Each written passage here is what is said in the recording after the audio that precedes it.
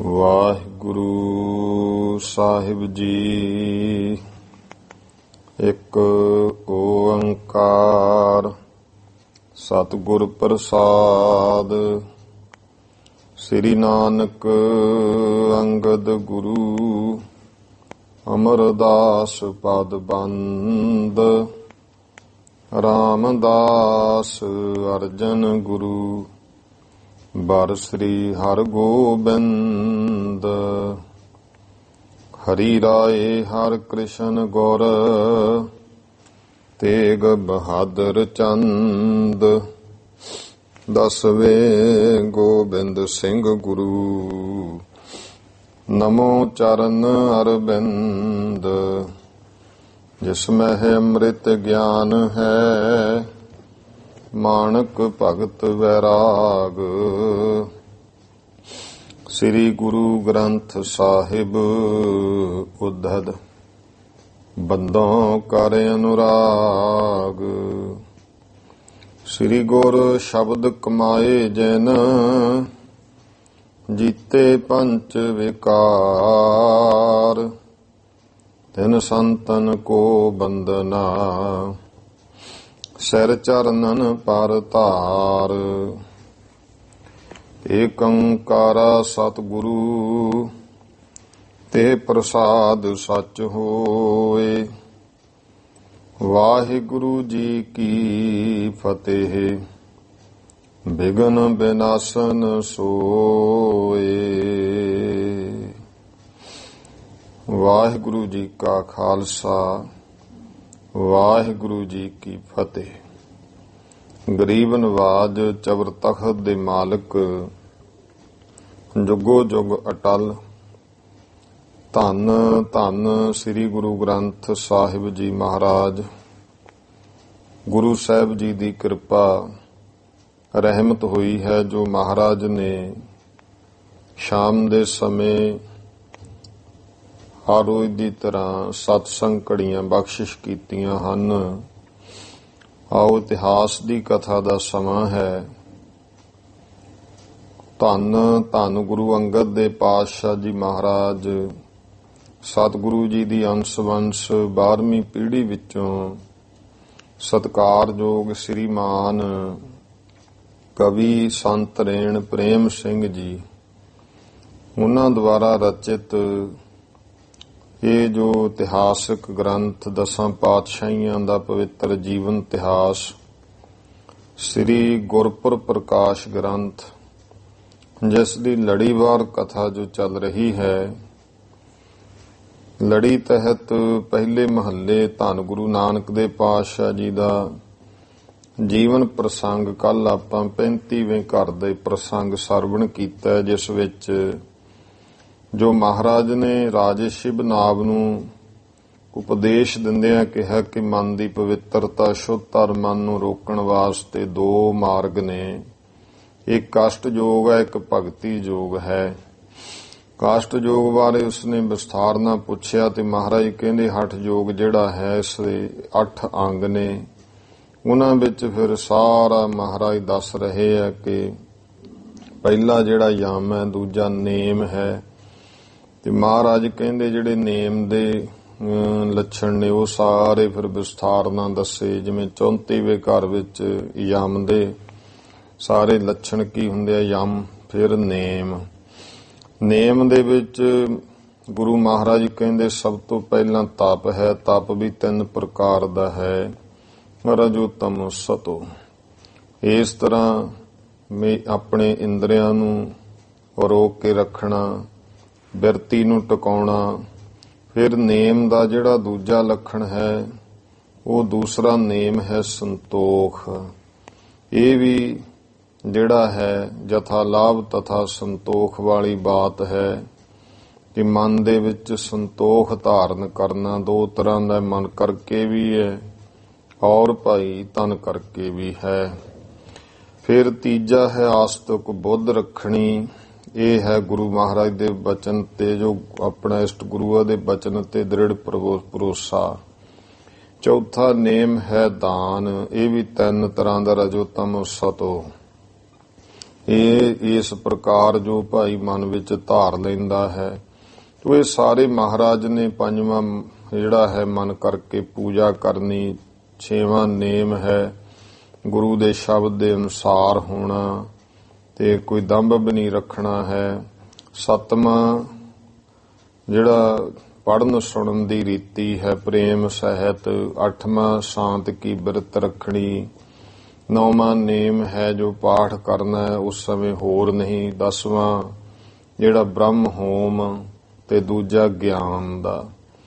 ਇਉਂ ਭਾਈ ਇਹ ਫਿਰ ਤੀਜਾ ਅੰਗ ਯੋਗ ਦਾ ਆਸਣ ਹੈ, ਉਹ ਵੀ ਦੱਸਿਆ ਕਿ 2 ਤਰ੍ਹਾਂ ਦਾ ਪਦਮ ਆਸਣ, ਸਿੱਧ ਆਸਣ ਮਹਾਰਾਜ ਨੇ ਖੋਲ ਕਰਕੇ ਦੱਸਿਆ ਵੀ ਕਿਵੇਂ ਕਿਵੇਂ ਇਹ ਆਸਣ ਲਾਏ ਜਾਂਦੇ ਹਨ।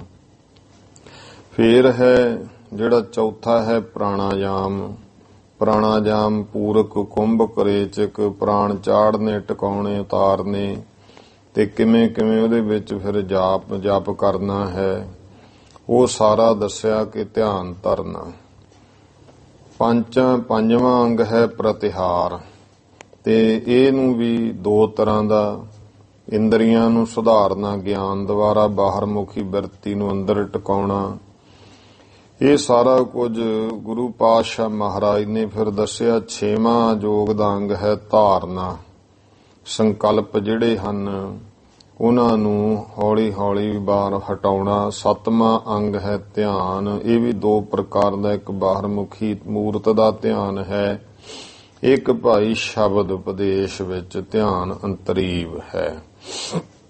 ਇਹ ਸਾਰਾ ਮਹਾਰਾਜ ਨੇ 8ਵਾਂ ਅੰਗ ਸਮਾਧੀ ਦੱਸਿਆ ਹੈ ਕਿ ਮਨ ਜਿਹੜਾ ਰੁਕਿਆ ਹੋਵੇ ਅਡੋਲ ਹੋਣਾ ਸਮਾਧੀ। ਇਹ ਵੀ 2 ਪ੍ਰਕਾਰ ਦੀ ਹੈ, ਇੱਕ ਨਿਰਵਿਕਲਪ ਹੈ, ਦੂਜੀ ਸਾਵਕਲਪ ਹੈ।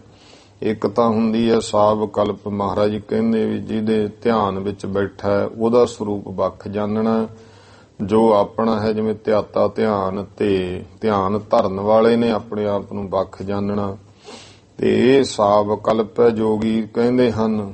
ਤੇ ਇੱਕ ਨਿਰਵਿਕਲਪ ਹੈ ਕਿ ਆਪ ਭਿੰਨ ਨਹਿ ਭਿੰਨ ਧਿਆਨਾ, ਵੱਖਰਾ ਕੁਛ ਵੀ ਨਹੀਂ ਹੈ। ਧਿਆਨ ਵੀ ਉਹੀ, ਧਿਆਤਾ ਵੀ ਉਹੀ, ਧਿਆਨ ਵੀ ਤੇ ਧੇ ਰੂਪ ਵੀ ਉਹੀ ਹੈ। ਇਉਂ ਮਹਾਰਾਜ ਨੇ ਭਾਈ ਇਹ ਜਿਹੜਾ ਕਾਸ਼ਟ ਯੋਗ ਹਠ ਯੋਗ ਹੈ ਇਹਦੇ 8 ਅੰਗਾਂ ਦਾ ਰਾਜੇ ਸ਼ਿਵ ਨਾਭ ਨੂੰ ਵਰਣਨ ਕਰਕੇ ਉਪਦੇਸ਼ ਦਿੱਤਾ। ਤੇ ਮਹਾਰਾਜ ਨੂੰ ਕਿਹਾ ਮਹਾਰਾਜ ਹੁਣ ਦੂਜੇ ਬਾਰੇ ਵੀ ਦੱਸ ਦਿਓ। ਦੂਜਾ ਭਗਤ ਜੋਗ ਕੋ ਪੰਥਾ, ਅਸ਼ਟ ਅੰਗ ਸੁਨ ਨ੍ਰਿਪ ਮਤਵੰਤਾ। ਮਹਾਰਾਜ ਕਹਿੰਦੇ ਕਿ ਦੂਜਾ ਹੈ ਭਗਤੀ ਜੋਗ, ਇਹਦੇ ਵੀ 8 ਅੰਗ ਨੇ। ਬੁੱਧੀਵਾਨ ਭਾਈ ਉਹ ਵੀ ਸੁਣ ਲੈ। ਇਹ 35ਵੇਂ ਘਰ ਦਾ ਪ੍ਰਸੰਗ ਆਪਾਂ ਲੜੀ ਜੋੜਨ ਵਾਸਤੇ ਥੋੜਾ ਨਾਲ ਜੋੜੀ ਹੈ ਗੱਲ, ਸਮਝ ਫਿਰ ਆ ਜਾਊਗੀ। ਹੁਣ ਮਹਾਰਾਜ ਅੱਗੇ 36ਵੇਂ ਘਰ ਵਿੱਚ ਪ੍ਰਸੰਗ ਜਿਹੜਾ ਹੈ ਸ਼ਿਵ ਨਾਭ ਨੂੰ ਭਗਤੀ ਯੋਗ ਦਾ ਦੱਸ ਰਹੇ ਹੈ। ਪ੍ਰੇਮ ਸਤਿਕਾਰ ਨਾਲ ਅੱਗੇ ਕਥਾ ਸਰਵਣ ਕਰੀਏ ਜੀ। ਸਤਨਾਮ ਸ੍ਰੀ ਵਾਹਿਗੁਰੂ ਸਾਹਿਬ ਜੀ। ਦੋਹਰਾ ਹਾਥ ਜੋੜ ਸ਼ਿਵ ਨਾਭ ਤਬ, ਅੰਚਰ ਗਰ ਮਹਿ ਡਾਰ। ਹੱਥ ਜੋੜ ਕਰਕੇ ਰਾਜਾ ਸ਼ਿਵ ਨਾਭ ਗਲ ਦੇ ਵਿੱਚ ਪੱਲਾ ਪਾ ਕੇ, ਹੇ ਗੁਰ ਭਗਤ ਸੋ ਜੋਗ ਹੈ, ਤਿਸ ਕਾ ਕਹੋ ਬਿਥਾਰ। ਕਹਿਣ ਲੱਗਿਆ ਹੈ ਗੁਰੂ ਨਾਨਕ ਦੇਵ ਜੀ, ਜਿਹੜਾ ਹੁਣ ਤੁਸੀਂ ਭਗਤੀ ਯੋਗ ਦੱਸਿਆ ਹੈ, ਮਹਾਰਾਜ ਕਿਰਪਾ ਕਰਕੇ ਉਹਦੇ ਵੀ 8 ਅੰਗ ਕਿਹੜੇ ਹੈ ਉਹ ਵਿਸਥਾਰ ਕਰਕੇ ਦੱਸੋ ਜੀ। ਚੌਪਈ ਅਸ ਬਿਨਤੀ ਸੁਨ ਹੋਏ ਪ੍ਰਸੰਨਾ। ਸ਼ਿਵ ਨਾਭ ਰਾਜੇ ਦੀ ਐਸੀ ਬੇਨਤੀ ਸੁਣ ਕਰਕੇ ਮਹਾਰਾਜ ਪ੍ਰਸੰਨ ਹੋਏ। ਹੇ ਰਾਜਨ ਤੁਮਰੀ ਬੁੱਧ ਧੰਨਾ। ਹੇ ਰਾਜਾ ਭਾਈ ਤੇਰੀ ਜਿਹੜੀ ਬੁੱਧੀ ਹੈ ਉਹ ਧਨ ਹੈ। ਸਾਵਧਾਨ ਹੋ ਸੁਨ ਭੂਪਾਰਾ। ਤਾਂ ਹੇ ਰਾਜਾ ਹੁਣ ਸੁਚੇਤ ਸਾਵਧਾਨ ਹੋ ਕੇ ਸੁਣ ਲੈ। ਭਗਤ ਜੋਗ ਕਾ ਜਸ ਪ੍ਰਕਾਰਾ। ਕਿ ਜੋ ਭਗਤ ਯੋਗ ਭਗਤੀ ਯੋਗ ਹੈ ਉਹ ਕਿਸ ਤਰ੍ਹਾਂ ਦਾ, ਜੋ ਕਿੰਨੇ ਪ੍ਰਕਾਰ ਦਾ ਹੈ। ਇਹਦੇ ਵੀ ਜੋ 8 ਅੰਗ ਹਨ, ਪ੍ਰਿਥਮੈ ਯਮ ਮਨ ਰਾਖਨ ਨੀਵਾ ਹੈ 9 ਉਹੀ ਮਹਾਰਾਜ ਨੇ ਲਏ ਵੀ। ਇਹਦੇ ਵਿੱਚ ਭਗਤੀ ਯੋਗ ਵਿੱਚ ਯਮ ਕੀ ਹੈ, ਇਹ ਹੈ ਮਨ ਨੂੰ ਨੀਵਾ ਰੱਖਣਾ, ਮਨ ਵਿੱਚ ਨਿਮਰਤਾ ਭਗਤੀ ਕਰਦਿਆਂ ਨਿਮਰਤਾ ਧਾਰਨ ਕਰਨੀ। ਨਿਜ ਗੁਣ ਤੇ ਨਿਰਮਾਨ ਸਦੀਵਾ, ਆਪਣੇ ਗੁਣਾਂ ਨੂੰ ਹੁੰਦਿਆਂ ਹੋਇਆਂ ਵੀ ਆਪਣੇ ਆਪ ਨੂੰ ਹਮੇਸ਼ਾ ਮਾਣ ਤੋਂ ਰਹਿਤ ਸਦਾਉਣਾ ਹੈ। ਦੂਜੋ ਨੇਮ ਜਾਏ ਸਤ ਸੰਗਤ, ਦੂਜਾ ਅੰਗ ਹੈ ਨੇਮ। ਤੋ ਨੇਮ ਕੀ ਹੈ ਭਾਈ, ਸਤ ਸੰਗ ਵਿੱਚ ਜਾਣਾ। ਕਥਾ ਕੀਰਤਨ ਸੁਨ ਮਿਲ ਪੰਗਤ, ਪੰਗਤ ਬੈਠ ਕਰਕੇ ਸਤਸੰਗ ਦੇ ਵਿੱਚ ਕਥਾ ਹੋ ਰਹੀ, ਕੀਰਤਨ ਹੋ ਰਿਹਾ, ਸਰਵਣ ਕਰਨਾ ਹੈ। ਤੀਜੋ ਦੇਸ ਇਕੰਤ ਬਖਾਨੇ, ਤੀਜਾ ਜਿਹੜਾ ਹੈ ਉਹ ਜਿਵੇਂ ਆਸਣ ਉਹ ਹੈ ਕਿ ਦੇਸ਼ ਇਕੰਤ ਬਖਾਨੇ, ਇਕਾਂਤ ਕਿਹਾ ਹੈ। ਸਰਬ ਬਿਖੈ ਇੱਕ ਗੋਬਿੰਦ ਜਾਣੇ, ਇਹ ਜਾਣਨਾ ਹੈ ਭਗਤੀ ਯੋਗ ਦਾ ਤੀਜਾ ਅੰਗ ਕਿ ਸਾਰਿਆਂ ਦੇ ਵਿੱਚ ਇੱਕ ਬ੍ਰਹਮ ਗੋਬਿੰਦ ਪਰਮੇਸ਼ਰ ਵਸਦਾ ਹੈ।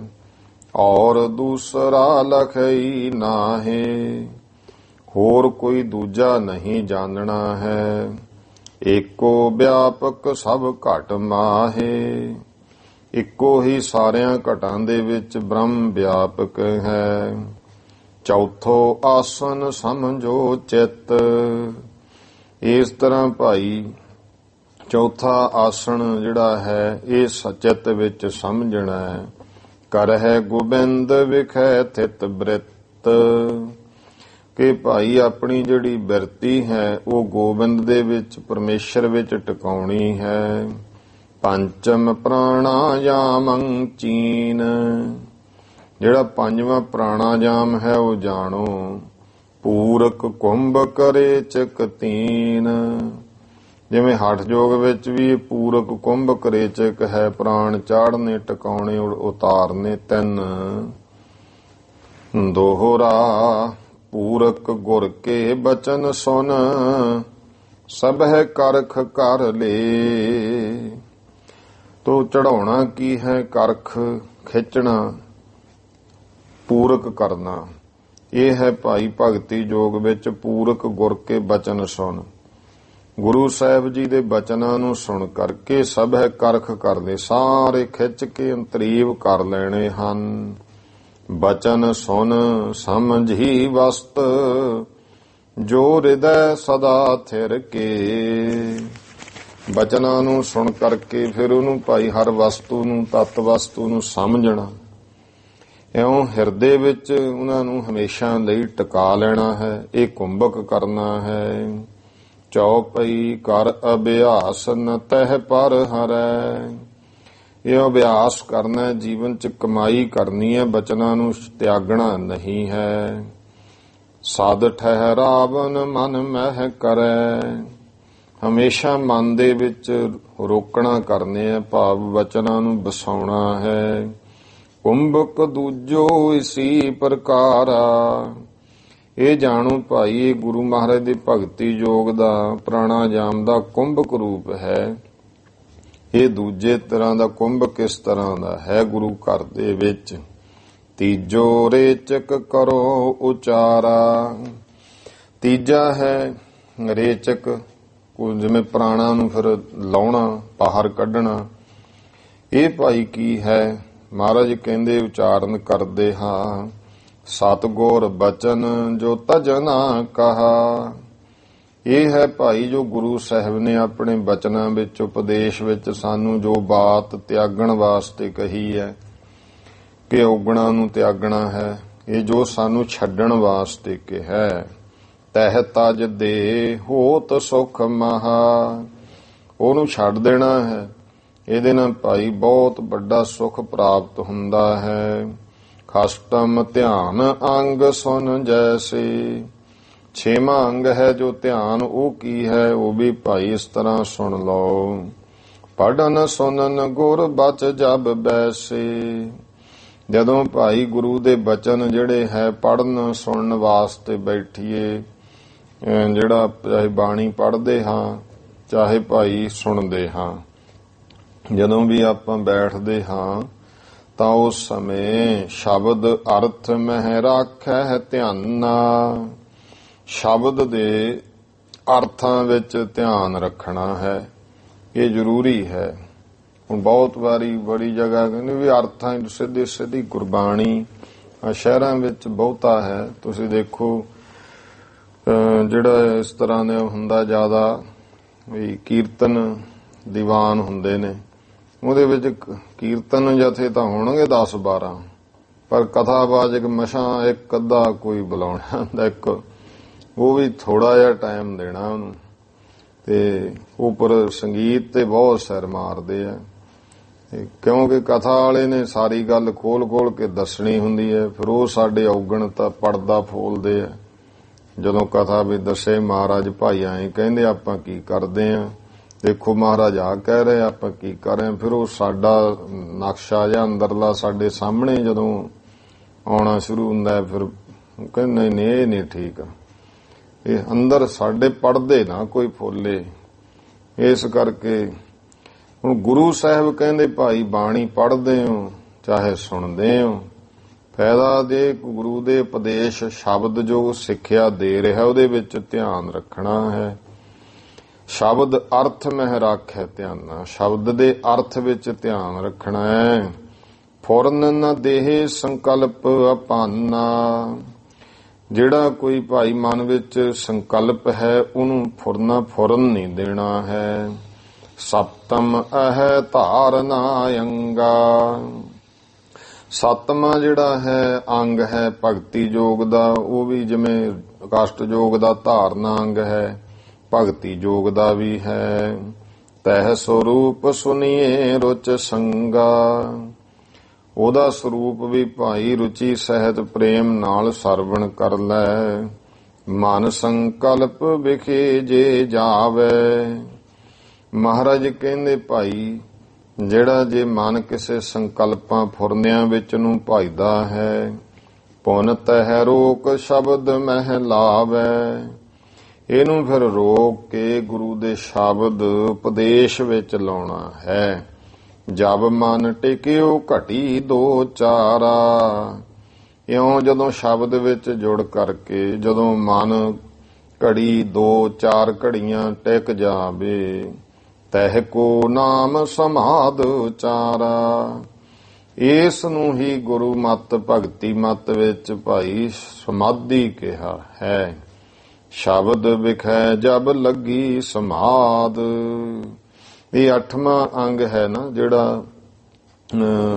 ਜਿਹੜਾ ਹੈ ਸਮਾਧੀ ਵਿੱਚ। ਹਾਂਜੀ, ਜਦੋਂ ਸ਼ਬਦ ਵਿੱਚ ਸਮਾਧੀ ਲੱਗ ਜਾਵੇ, ਮਨ ਜਿਹੜਾ ਹੈ ਉਹ ਟਿਕ ਜਾਂਦਾ, ਸਮਾਧੀ ਲੱਗ ਗਈ। ਸ਼ਬਦ ਵਿਖੇ ਜੋ ਲੱਗੀ ਸਮਾਧ, ਜਦੋਂ ਸ਼ਬਦ ਦੇ ਵਿੱਚ ਸੁਰਤੀ ਜੁੜ ਗਈ, ਸਮਾਧੀ ਲੱਗ ਗਈ। ਤਿਸ ਹੈ ਵਧਾਵੇ ਤਨ ਮਨ ਸਾਧ, ਇਹਨੂੰ ਫਿਰ ਮਨ ਤਨ ਕਰਕੇ ਸਾਧ ਕੇ ਮਨ ਨੂੰ ਤਨ ਨੂੰ ਇਸ ਨੂੰ ਵਧਾਉਣਾ ਹੈ। ਅਸ਼ਟ ਜਾਮ ਮਨ ਸ਼ਬਦ ਵਿਖੈ ਜਬ, ਇਹ ਮਨ ਦੀ ਸਮਾਧੀ ਹੈ। ਇਹ ਜਦੋਂ 8 ਪਹਿਰ ਮਨ ਜਿਹੜਾ ਹੈ ਸ਼ਬਦ ਵਿੱਚ ਸਮਾਧੀ ਲਾ ਲੇ, ਸ਼ਬਦ ਵਿੱਚ ਭਾਵ ਕਰਮ ਕਰਦਾ ਕੋਈ ਵੀ, ਮਨ ਜਿਹੜਾ ਹੈ ਹਮੇਸ਼ਾ ਗੁਰੂ ਮਹਾਰਾਜ ਦੇ ਭੈ ਭਾਵਨੀ ਵਿੱਚ ਰਹਿਣਾ ਕਿ ਗੁਰੂ ਸਾਹਿਬ ਜੀ ਨੇ ਜੋ ਸਾਨੂੰ ਉਪਦੇਸ਼ ਦਿੱਤਾ ਹੈ, ਕਦਮ ਕਦਮ ਤੇ ਹਮੇਸ਼ਾ ਮਨ ਦੇ ਵਿੱਚ ਉਸ ਗੱਲ ਨੂੰ ਮੂਹਰੇ ਰੱਖਣਾ। ਤੇ ਕੋਈ ਕਰਮ ਕਰਦੇ ਆ ਫਿਰ ਉਹ ਨਾ ਤਾਂ ਕੋਈ ਬੁਰਾ ਹੋਏਗਾ ਕੁਛ। ਇਸ ਤਰ੍ਹਾਂ ਮਨ ਜਿਹੜਾ ਹੈ ਨਾ 8 ਪਹਿਰ ਮਨ ਸ਼ਬਦ ਵਿਖੇ ਜਦੋਂ ਪੂਰਨ ਹੋਤ ਸਮਾਧ ਭਲੇ ਤਬ, ਉਦੋਂ ਭਾਈ ਇਹ ਜਾਣ ਲੈ ਭਲੀ ਪ੍ਰਕਾਰ ਇਹ ਪੂਰਨ ਸਮਾਧੀ ਹੋ ਜਾਂਦੀ ਹੈ। ਦੋਹਰਾ ਭਗਤ ਜੋਗ ਇਹ ਜਾਨੀਏ, ਕਲ ਮਹਿ ਪੰਥ ਸੁਖੇਨ, ਮਹਾਰਾਜ ਕਹਿੰਦੇ ਰਾਜੇ ਸ਼ਿਵ ਨਾਭ, ਇਹ ਕਲਯੁਗ ਦਾ ਸਮਾਂ ਹੈ। ਕਲਯੁਗ ਦੇ ਸਮੇਂ ਵਿੱਚ ਜਿਹੜਾ ਭਗਤੀ ਯੋਗ ਹੈ ਨਾ, ਇਹ ਜਾਣ ਲੈ ਕੇ ਸੌਖਾ ਮਾਰਗ ਹੈ। ਕਸ਼ਟ ਜੋਗ ਦੁਸਤਰ ਹੈ, ਹੋਏ ਨ ਜੇਨੰ ਕੇਨ। ਜਿਹੜਾ ਕਸ਼ਟ ਯੋਗ ਹੈ ਇਹ ਭਾਈ ਬਹੁਤ ਦੁਸਤਰ, ਕਹੀਏ ਕਠਿਨ ਹੈ ਮਾਰਗ। ਹੋਏ ਨ ਜੇਨੰ ਕੇਨ, ਕਿਸੇ ਜਣੇ ਖਣੇ ਤੋਂ ਭਾਵ ਆਮ ਵਿਅਕਤੀ ਤੋਂ ਨਹੀਂ ਹੋ ਸਕਦਾ ਹੈ। ਚੌਪਈ ਸੁਨ ਕਰ ਸ੍ਰੀ ਗੁਰ ਕਾ ਉਪਦੇਸ਼ਾ। ਰਾਜਾ ਸ਼ਿਵ ਨਾਭ ਗੁਰੂ ਸਾਹਿਬ ਦਾ ਉਪਦੇਸ਼ ਸੁਣ ਕੇ ਹਾਥ ਜੋੜ ਦ્વੈ ਕਹਿਤ ਨਰੇਸ਼ਾ। ਹੱਥ ਜੋੜੇ ਦੋਨੇ ਰਾਜਾ ਕਹਿੰਦਾ, ਮਨ ਨਿਰਮਲ ਕੇ ਮਾਰਗ ਦੋ।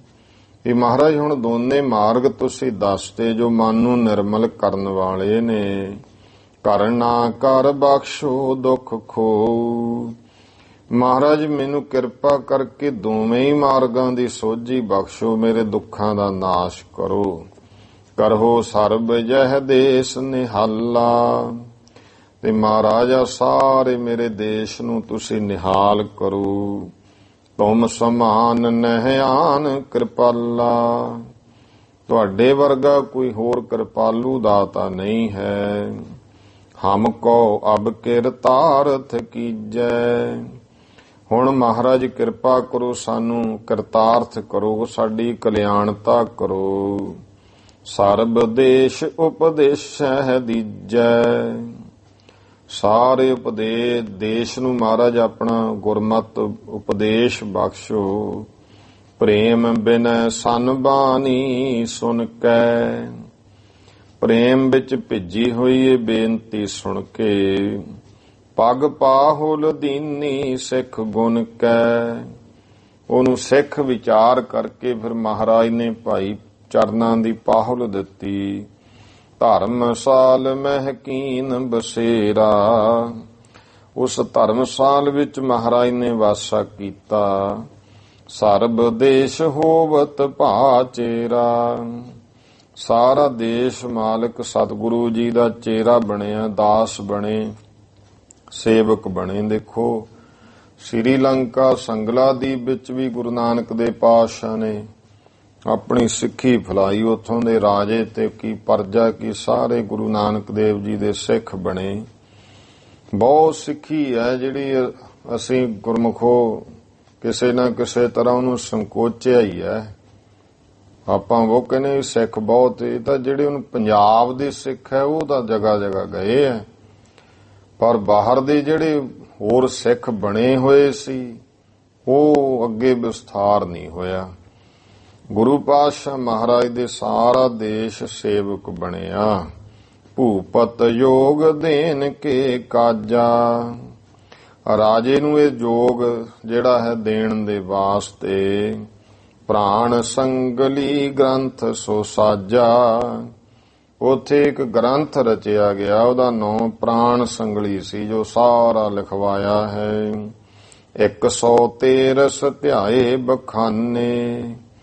ਉਹਦੇ 113 ਜਿਹੜੇ ਹੈ ਇਹ ਯੋਗ ਦੇ ਸਾਰੇ ਮਹਾਰਾਜ ਨੇ ਪ੍ਰਾਣ ਸੰਗਲੀ ਵਿੱਚ ਫਿਰ ਉਹਨੂੰ ਦੱਸੇ, ਉਹ ਲਿਖੀ ਗਏ। 113 ਅਧਿਆਏ ਕਵੀ ਜੀ ਕਹਿੰਦੇ, ਸੰਤ ਰੇਣ ਜੀ ਭਾਈ ਬਖਾਨੇ ਭਾਵ ਕਹੇ ਜਾਂਦੇ ਆ। ਜਾਹੇ ਪੜ ਯੋਗ ਕਲਾ ਸਭ ਜਾਣੇ। ਜਿਹਨੂੰ ਪੜ ਕੇ ਭਾਈ ਯੋਗ ਦੀਆਂ ਸਾਰੀਆਂ ਕਲਾ ਜਿਹੜਾ ਹੈ ਉਹ ਜਾਣ ਲਈਆਂ ਜਾਂਦੀਆਂ ਨੇ। ਦੇ ਕਰ ਸੋ ਸੰਪਿਓ ਅਵਨੀ ਪਾ। ਉਹ ਜਿਹੜਾ ਪ੍ਰਾਣ ਸੰਗਲੀ ਵਿਚਾਰ ਕਰਕੇ ਗ੍ਰੰਥ ਲਿਖਾ ਕੇ ਫਿਰ ਉਹ ਰਾਜੇ ਨੂੰ ਮਹਾਰਾਜ ਨੇ ਦਿੱਤਾ ਹੈ।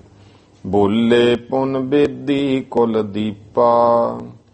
ਫਿਰ ਭਾਈ ਬੇਦੀ ਕੁਲ ਦੇ ਦੀਪਕ ਸਤਿਗੁਰੂ ਜੀ ਕਹਿਣ ਲੱਗੇ, ਜਬ ਸਿੱਖ ਕੋ ਆਵੇ ਹਮ ਦੇਸੂ। ਭਾਈ ਜਦੋਂ ਕੋਈ ਸਾਡਾ ਸਿੱਖ ਆਊਗਾ ਇਸ ਦੇਸ਼ ਵਿੱਚ, ਜਾਚੈ ਤੁਮ ਪਹਿ ਦੇ ਨਰੇਸੂ। ਐ ਰਾਜਾ ਉਹ ਤੁਹਾਡੇ ਕੋਲ ਮੰਗੇਗਾ, ਆਪਣੀ ਔਲਾਦ ਨੂੰ ਦੱਸ ਜਾਈ, ਉਹ ਰਾਜਾ ਉਸ ਨੂੰ ਦੇ ਦੇਣਾ ਇਹ ਗ੍ਰੰਥ। ਚਿਰੰਕਾਲ ਪੁਨ ਕੀਨ ਬਸੇਰਾ। ਫਿਰ ਭਾਈ ਕਲਿਆਣਾ ਜੀ ਹੁਣੀ ਪੰਜਵੇਂ ਪਾਤਸ਼ਾਹ ਮਹਾਰਾਜ ਮੌਕੇ ਗਏ ਸੀ, ਪ੍ਰਾਣ ਸੰਗਲੀ ਲੈ ਕੇ ਆਏ ਤੇ ਗੁਰਮੁਖੋ ਦਾ ਫਿਰ ਮਹਾਰਾਜ ਨੇ ਨਾ ਉਹ ਸਾਰਾ ਜਿਹੜਾ ਲਿਖਾਇਆ ਸੀ ਉਹਦਾ ਉਲੱਥਾ ਗੁਰਮਤਿ ਦੇ ਮੁਤਾਬਕ ਉਹਨੂੰ ਭਗਤੀ ਯੋਗ ਵਾਂਗ ਕਰਕੇ ਗਰੀਬ ਨਵਾਜ ਪਾਤਸ਼ਾਹ ਨੇ ਸਾਰਾ ਗੁਰਬਾਣੀ ਵਿੱਚ ਉਹ ਗੱਲ ਸਾਰੀ ਖੋਲ ਕੇ ਦੱਸ ਦਿੱਤੀ ਹੈ। ਜਿੰਨੀ ਸਾਨੂੰ ਕਲਯੁਗ ਦੇ ਜੀਵਾਂ ਨੂੰ ਜ਼ਰੂਰਤ ਸੀ ਉਹ ਫਿਰ ਬਾਣੀ ਰੂਪ ਮਹਾਰਾਜ ਨੇ ਪੰਜਵੇਂ ਪਾਤਸ਼ਾਹ ਜੀ ਨੇ ਗੁਰੂ ਗ੍ਰੰਥ ਸਾਹਿਬ ਜੀ ਦੇ ਵਿੱਚ ਵੱਖ-ਵੱਖ ਰਾਗਾਂ ਵਿੱਚ ਸ਼ਬਦ ਦਰਜ ਕੀਤੇ ਹੋਏ ਆ। ਉਹਨੂੰ ਸਾਰੇ ਨੂੰ ਢਾਲ ਕੇ, ਕਿਉਂਕਿ ਉਹਦਾ ਮਹਾਰਾਜ ਨੇ ਦੱਸਦਾ ਸੀ ਕਲਯੁਗ ਦਾ ਸਮਾਂ, ਇਹ 'ਚ ਭਗਤੀ ਯੋਗ ਠੀਕ ਹੈ, ਕਸ਼ਟ ਯੋਗ ਨਹੀਂ ਠੀਕ। ਉਹਦੇ ਵਿੱਚੋਂ ਹੁਣ ਹਠ ਯੋਗ ਦਾ ਵੀ ਸਾਰਾ ਕੁਝ ਦੱਸਿਆ ਹੋਇਆ ਸੀ। ਮਹਾਰਾਜ ਨੇ ਫਿਰ ਉਹ ਮੰਗਵਾ ਕੇ ਜੋ ਸਾਨੂੰ ਸਾਡੇ ਭਲੇ ਵਾਸਤੇ ਸੀ ਉਹ ਭਾਈ ਭਗਤੀ ਯੋਗ ਦੇ ਉਪਦੇਸ਼ ਹੈ ਸ਼ਬਦਾਂ ਰਾਹੀਂ ਬਿਆਨ ਕਰਤੇ। ਗੁਰੂ ਗ੍ਰੰਥ ਸਾਹਿਬ ਜੀ ਦੇ ਵਿੱਚ ਬਾਣੀ ਰੂਪ ਉਚਾਰ ਕਰਕੇ ਦਰਜ ਕਰ ਦਿੱਤੇ ਹੈ। ਜਗ੍ਹਾ ਜਗ੍ਹਾ ਤੇ ਸ਼ਬਦ ਐਸੇ ਭਾਈ ਅੰਗ ਅੰਗ ਤੇ ਮਿਲ ਜਾਂਦੇ ਨੇ ਤੇ ਉਹ ਫਿਰ ਜਿਉਂ-ਜਿਉਂ ਕੋਈ ਆਉਂਦਾ ਆਪਾਂ ਪੜ੍ਹਦੇ ਆ ਸਾਰਾ, ਜਿਵੇਂ ਏੜਾ ਪਿੰਗਲਾ ਔਰ ਸੁਖਮਨਾ ਇਹ ਭਗਤ ਬੇਣੀ ਜੀ ਦਾ ਸ਼ਬਦ ਆ ਗਏ। ਇਸੇ ਪ੍ਰਥਾਏ ਗੁਰੂ ਨਾਨਕ ਦੇਵ ਮਹਾਰਾਜ ਦੇ ਬਹੁਤ ਸ਼ਬਦ ਹਨ ਜੋ ਯੋਗ ਦੇ ਪ੍ਰਥਾਏ ਹਨ। ਤਰਹੁ ਵਿਚਾਰ ਗੁਰੂ ਪਾਤਸ਼ਾਹ ਨੇ ਕਿਰਪਾ ਕਰ ਦਿੱਤੀ ਹੈ।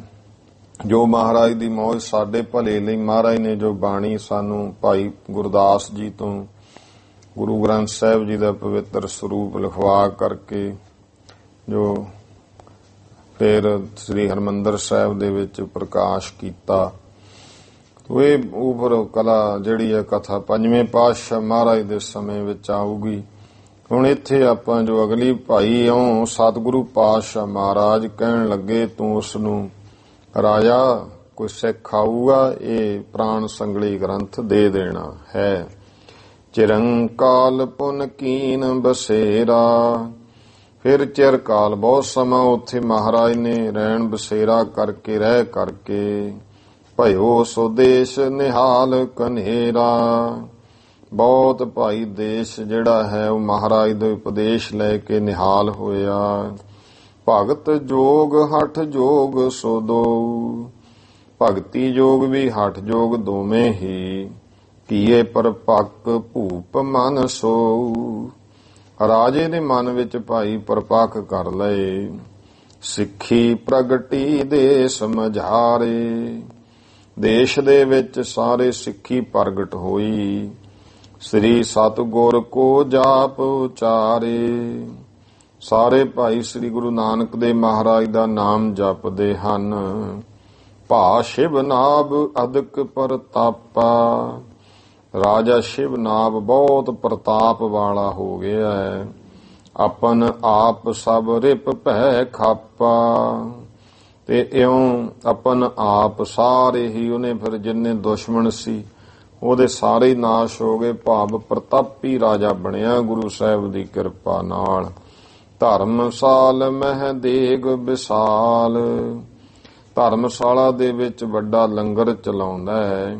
ਕਰਵਾਵਹਿ ਸਤਿਗੁਰੂ ਕਿਰਪਾਲ, ਸ੍ਰੀ ਗੁਰੂ ਨਾਨਕ ਦੇਵ ਮਹਾਰਾਜ ਜੀ ਇਉਂ ਬਾਣੀ ਉਪਦੇਸ਼ ਦਾ ਵੀ, ਆਤਮਿਕ ਲੰਗਰ ਵੀ, ਸ਼ਬਦ ਲੰਗਰ ਔਰ ਭਾਈ ਬਾਕੀ ਤਨ ਦਾ ਇਹ ਮਹਾਨ ਕਰਵਾਉਂਦੇ ਹਨ। ਮਨ 21 ਜਹ ਲੋਨ ਮਿਲਾਏ, ਐਡਾ ਵੱਡਾ ਲੰਗਰ ਚੱਲਦਾ ਸੀ ਉਸ ਸਮੇਂ ਗੁਰਮੁਖੋ 21 ਮਣ ਉਸ ਲੰਗਰ ਦੇ ਵਿੱਚ ਲੂਣ ਲੱਗਦਾ ਹੁੰਦਾ ਸੀ। ਤੇ ਇਉਂ ਇਹ ਏਡੇ ਲੰਗਰ ਚੱਲੇ ਆ। ਬਾਬਾ ਸਾਹਿਬ ਸਿੰਘ ਬੇਦੀ ਹੁਣ ਬਹੁਤ ਲੰਗਰ ਲਾਏ। ਮਣਾ ਮੂੰਹੀ ਜਿਹੜੇ ਆ ਲੂਣ ਹੁਣ ਦੇਖ ਲਓ ਕਿੰਨਾ ਕੁ ਲੱਗਦਾ। ਆਮ ਲੰਗਰ ਜਦੋਂ ਲਾਉਨੇ ਆ 2 ਕਿਲੋ ਵੱਧ ਤੋਂ ਵੱਧ ਲੱਗ ਜੂ। ਕਿਲੋ ਕਿੰਨਾ ਕੁ ਦੇਖੋ ਲੰਗਰਾਂ 'ਚ ਲੱਗਦਾ। 21 ਮਣ ਲੱਗ ਜਾਂਦਾ ਸੀ। ਇੰਨਾ ਮਹਾਰਾਜ ਦੀ ਮਿਹਰ ਹੋਈ। ਇਤੋ ਆਹਾਰ ਹੋਏ ਸਭ ਖਾਹੇ, ਇੰਨਾ ਵੱਡਾ ਭੋਜਨ ਤਿਆਰ ਹੁੰਦਾ ਸਭ ਛਕਦੇ ਹਨ। ਸੰਤ ਰੇਨ ਇਹ ਮਨ ਹੈ ਕੈਸਾ, ਸੰਤ ਰੇਣ ਕਹਿਣ ਲੱਗੇ ਹੁਣ ਬਾਬਾ ਜਿਹੜੇ ਪ੍ਰੇਮ ਸਿੰਘ ਬੇਦੀ ਹੈ ਉਹ ਕਹਿਣ ਲੱਗੇ ਵੀ ਹੇ ਸੰਤ ਰੇਣੇ ਮਨ ਕੈਸਾ ਹੈ। ਮੁਰ ਉਰ ਕਾ ਸਭ ਕਟੋ ਸੰਦੇਸ਼ਾ, ਇਹ ਮੇਰੇ ਹਿਰਦੇ ਦਾ ਸਾਰਾ ਜਿਹੜਾ ਸੰਦੇਸ਼ ਹੈ ਉਹ ਕੱਟ ਦੇਵੋ। 100 ਮਾਸੇ ਕਾ ਸ਼ੇਰ ਲਖੀਜੈ, 100 ਮਾਸਿਆਂ ਦਾ ਸ਼ੇਰ ਜਾਣ ਲਓ। ਇੱਕ ਮਨ 40 ਸ਼ੇਰ ਜਨੀਜੈ, ਇੱਕ ਮਨ 40 ਸ਼ੇਰ ਦਾ ਜਾਣਿਆ ਜਾਂਦਾ ਹੈ। ਲੰਗਰ ਵਰਤੈ ਕੀਰਤਨ ਹੋਵੈ, ਲੰਗਰ ਚੱਲਦਾ ਵਾਹਿਗੁਰੂ ਦੀ ਕੀਰਤੀ ਜਸ ਮਹਿਮਾ ਹੁੰਦੀ ਹੈ। ਜੋ ਬਹੁ ਜੰਤਨ ਕਲ ਮਲ ਖੋਵੈ, ਜੋ ਭਾਈ ਕਲ ਬਹੁਤ ਜੰਤਨ ਜੀਵ ਜੰਤਾਂ ਦੇ ਪਾਪਾਂ ਦੀ ਮੈਲ ਨੂੰ ਨਾਸ਼ ਕਰਦਾ ਹੈ। ਦਿਨ ਪ੍ਰਤ ਚੱਲਨ ਚਹਿਤ ਜਗਤੇਸ਼ਾ, ਹੁਣ ਦਿਨ ਪ੍ਰਤੀ ਦਿਨ ਚੱਲਣਾ ਚਾਹਿਆ ਜਗਤੀਸ਼ਵਰ ਨੇ। ਕਰਹਿ ਭਾਉ ਬਹੁ ਰੱਖੇ ਨਰੇਸ਼ਾ, ਮਹਾਰਾਜ ਰੋਜ਼ ਜਾਣ ਨੂੰ ਕਹਿੰਦੇ ਆ, ਰਾਜਾ ਪ੍ਰੇਮ ਨਾਲ ਫਿਰ ਮਹਾਰਾਜ ਨੂੰ ਉੱਥੇ ਰੱਖ ਲੈਂਦਾ ਹੈ। ਪਰੀ ਪ੍ਰਪੱਕ ਸਿੱਖੀ ਕੀ ਰੀਤਾ, ਇਹ ਸਿੱਖੀ ਦੀ ਮਰਜ਼ਾਦਾ ਰੀਤ ਪ੍ਰਪੱਕ ਹੋਈ। ਨਿਤ ਪ੍ਰਤ ਵਧੈ ਭਜਨ ਮਹਿ ਪ੍ਰੀਤਾ, ਨਿਤਾ ਪ੍ਰਤੀ ਪਰਮੇਸ਼ਰ ਦੀ ਭਜਨ ਬੰਦਗੀ ਵਿੱਚ ਲੋਕਾਂ ਦੀ ਪ੍ਰੀਤ ਵੱਧਦੀ ਹੈ। ਕਰਿਓ ਗਿਆਨ ਮਹਿ ਪੂਰਨ ਰਾਉ, ਰਾਜੇ ਸ਼ਿਵ ਨਾਭ ਨੂੰ ਮਹਾਰਾਜ ਨੇ ਗਿਆਨ ਵਿੱਚ ਪੂਰਨ ਕਰ ਦਿੱਤਾ ਹੈ। ਸ੍ਰੀ ਨਾਨਕ ਜੀ ਦਿਆਲ ਸੁਭਾਉ, ਜੋ ਸ੍ਰੀ ਗੁਰੂ ਨਾਨਕ ਦੇ ਮਹਾਰਾਜ ਬੇਅੰਤ ਦਿਆਲੂ ਸੁਭਾਅ ਵਾਲੇ ਹਨ।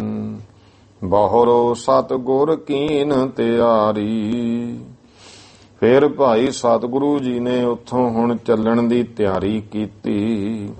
ਚਹਿਤ ਨ ਵਿਛੜਿਓ ਨਿਰਪ ਬ੍ਰਿਹੋ ਭਾਰੀ, ਰਾਜਾ ਮਹਾਰਾਜ ਤੋਂ ਦੂਰ ਨਹੀਂ ਹੋਣਾ ਚਾਹੁੰਦਾ, ਵਿਛੜਨਾ ਨਹੀਂ ਚਾਹੁੰਦਾ, ਬਹੁਤ ਵੱਡਾ ਅੰਦਰ ਬਿਰਹੋਂ ਹੈ। ਕਹਿ ਗੁਰ ਤੁਮਰੋ ਪੂਰਬ ਬੇਕਾ, ਗੁਰੂ ਮਹਾਰਾਜ ਕਹਿਣ ਲੱਗੇ ਵੀ ਰਾਜਾ ਤੈਨੂੰ ਪੂਰਨ ਗਿਆਨ ਹੋ ਗਿਆ ਹੈ। ਹਮ ਕਰਨੇ ਹੈ ਕਾਜ ਅਨੇਕਾ, ਇਸ ਕਰਕੇ ਹੁਣ ਅਸੀਂ ਤੇਰੇ ਵਾਂਗੂ ਹੋਰ ਵੀ ਬੇਅੰਤ ਲੋਕਾਂ ਨੂੰ ਵਿਵੇਕ ਵਾਲੇ ਗਿਆਨ ਭਰਪੂਰ ਬਣਾਉਣਾ। ਬੜੇ ਕਾਰਜ ਅਸੀਂ ਕਰਨੇ ਹਨ। ਧਰੋ ਧਿਆਨ ਹਮ ਸਦਾ ਸਮੀਪਾ, ਮਹਾਰਾਜ ਕਹਿੰਦੇ ਰਾਜਾ ਜਦੋਂ ਵੀ ਧਿਆਨ ਧਰ ਤੂੰ, ਅਸੀਂ ਤੇਰੇ ਹਮੇਸ਼ਾ ਨਾਲ ਹਾਂ। ਅਸ ਸੁਨ ਗਦ ਗਦ ਭਾਇਵਨੀ ਪਾ, ਐਸਾ ਸੁਣ ਕੇ ਰਾਜਾ ਗਦ ਗਦ ਹੋ ਗਿਆ ਹੈ। ਸਰਬ ਪ੍ਰਕਾਰ ਦੀਨ ਤਹਿ ਧੀਰਾ, ਸਾਰਾ ਭਾਈ ਸਭ ਤਰ੍ਹਾਂ ਕਰਕੇ ਰਾਜੇ ਨੂੰ ਧੀਰਜ ਦੇ ਕੇ। ਸੰਮਤ ਚਲੀ ਸੇ ਗਮਨ ਗੰਭੀਰਾ, ਹੁਣ ਮਹਾਰਾਜ ਨੇ ਭਾਈ ਇੱਥੋਂ ਅੱਗੇ ਚੱਲਣਾ ਕੀਤਾ ਤੇ ਉਹ ਕਿਹੜਾ ਸੰਨ ਸੀ? 40ਵਾਂ ਨਾਨਕ ਸ਼ਾਹੀ ਸੰਮਤ 40, ਭਾਵ ਮਹਾਰਾਜ ਦਾ ਇਤਨਾ ਸਰੀਰਕ ਉਮਰ ਹੈ। ਇਹ ਮਹਾਰਾਜ ਨੇ ਇੱਥੋਂ ਭਾਈ ਫਿਰ ਚੱਲਣਾ ਕੀਤਾ ਹੈ। ਦੋਹਰਾ ਚੱਲੇ ਸੋ ਤਿਰਿਆ ਰਾਜ ਮਹਿ, ਗੁਰੂ ਨਾਨਕ ਗਤ ਦੈਨ, ਗਤ ਦੈਨ ਮੁਕਤੀ ਦਾਤੇ ਸ੍ਰੀ ਗੁਰੂ ਨਾਨਕ ਦੇਵ ਜੀ ਹੁਣ ਤਿਰਿਆ ਰਾਜ ਵੱਲ ਨੂੰ ਫਿਰ ਚੱਲੇ ਹਨ। ਬੈਠੇ ਇੱਕ ਉਪਬਨ ਵਿਖੈ, ਮਰਦਾਨਾ ਸੋਬੈਨ, ਇੱਕ ਬਾਗ ਦੇ ਵਿੱਚ ਮਹਾਰਾਜ ਬੈਠੇ ਐ। ਇਹ ਹੁਣ ਹੋਰ ਪ੍ਰਸੰਗ ਚੱਲ ਪਿਆ ਅੱਗੇ ਤਿਰਿਆ ਰਾਜ ਦੇ ਵਿੱਚ। ਫਿਰ ਗਏ ਮਹਾਰਾਜ, ਭਾਈ ਮਰਦਾਨੇ ਨੂੰ ਬਚਨ ਕੀਤੇ ਹਨ। ਚੌਪਈ ਹੇ ਮਰਦਾਨਾ ਤੰਤ ਬਜਾਵੋ, ਹੇ ਭਾਈ ਮਰਦਾਨਿਆ ਤੰਤ ਵਜਾ, ਤੰਤੀ ਸਾਜ ਭਾਵ ਰਬਾਬ ਵਜਾ। ਨਿਰੰਕਾਰ ਕਾ ਜਸ ਤੁਮ ਗਾਵੋ, ਤੂੰ ਭਾਈ ਨਿਰੰਕਾਰ ਦਾ ਜਸ ਗਾਇਨ ਕਰ। ਜਬੈ ਰਬਾਬ ਬੱਜਾ ਗੁਰ ਪਾਹੀ, ਜਦੋਂ ਰਬਾਬ ਬੱਜੀ ਸਤਿਗੁਰੂ ਜੀ ਦੇ ਕੋਲ। ਸੁਨਤ ਤੀਆ ਸਭ ਹੀ ਚਾਲਿਆਹੀ, ਤਾਂ ਉਹ ਤ੍ਰਿਆ ਰਾਜ ਵਿੱਚ ਗਏ ਸੀ। ਸੁਣ ਕੇ ਉੱਥੋਂ ਦੀਆਂ ਇਸਤਰੀਆਂ ਸਾਰੀਆਂ ਆਈਆਂ, ਚੱਲ ਕਰ ਦੇਖ ਦਰਸ ਮਨ ਸ਼ਾਂਤੀ ਪਾਈ। ਗੁਰੂ ਨਾਨਕ ਦੇਵ ਜੀ ਦੇ ਦਰਸ਼ਨ ਕੀਤੇ ਤੇ ਸ਼ਾਂਤੀ ਪ੍ਰਾਪਤ ਕੀਤੀ।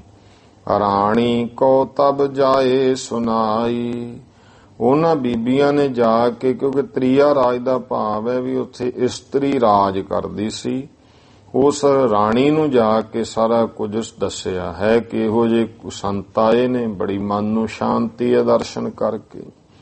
ਭੇਟਾ ਲੈ ਰਾਣੀ ਤਬ ਆਈ, ਤਾਉ ਰਾਣੀ ਭੇਟਾ ਲੈ ਕੇ ਪਹੁੰਚੀ। ਸਿਰੇ ਸਤ ਗੁਰ ਚਰਨਨ ਸਿਰ ਨਾਈ, ਸ੍ਰੀ ਗੁਰੂ ਨਾਨਕ ਦੇਵ ਜੀ ਮਹਾਰਾਜ ਦੇ ਚਰਨੀ ਉਸਨੇ ਮੱਥਾ ਟੇਕਿਆ। ਬੇਨਤੀ ਭਨ ਕਰ ਪਾਹੁਲ ਲੀਨੀ, ਬੇਨਤੀ ਕਰਕੇ ਮਹਾਰਾਜ ਦੀ ਚਰਨ ਪਹੁਲ ਪ੍ਰਾਪਤ ਕੀਤੀ।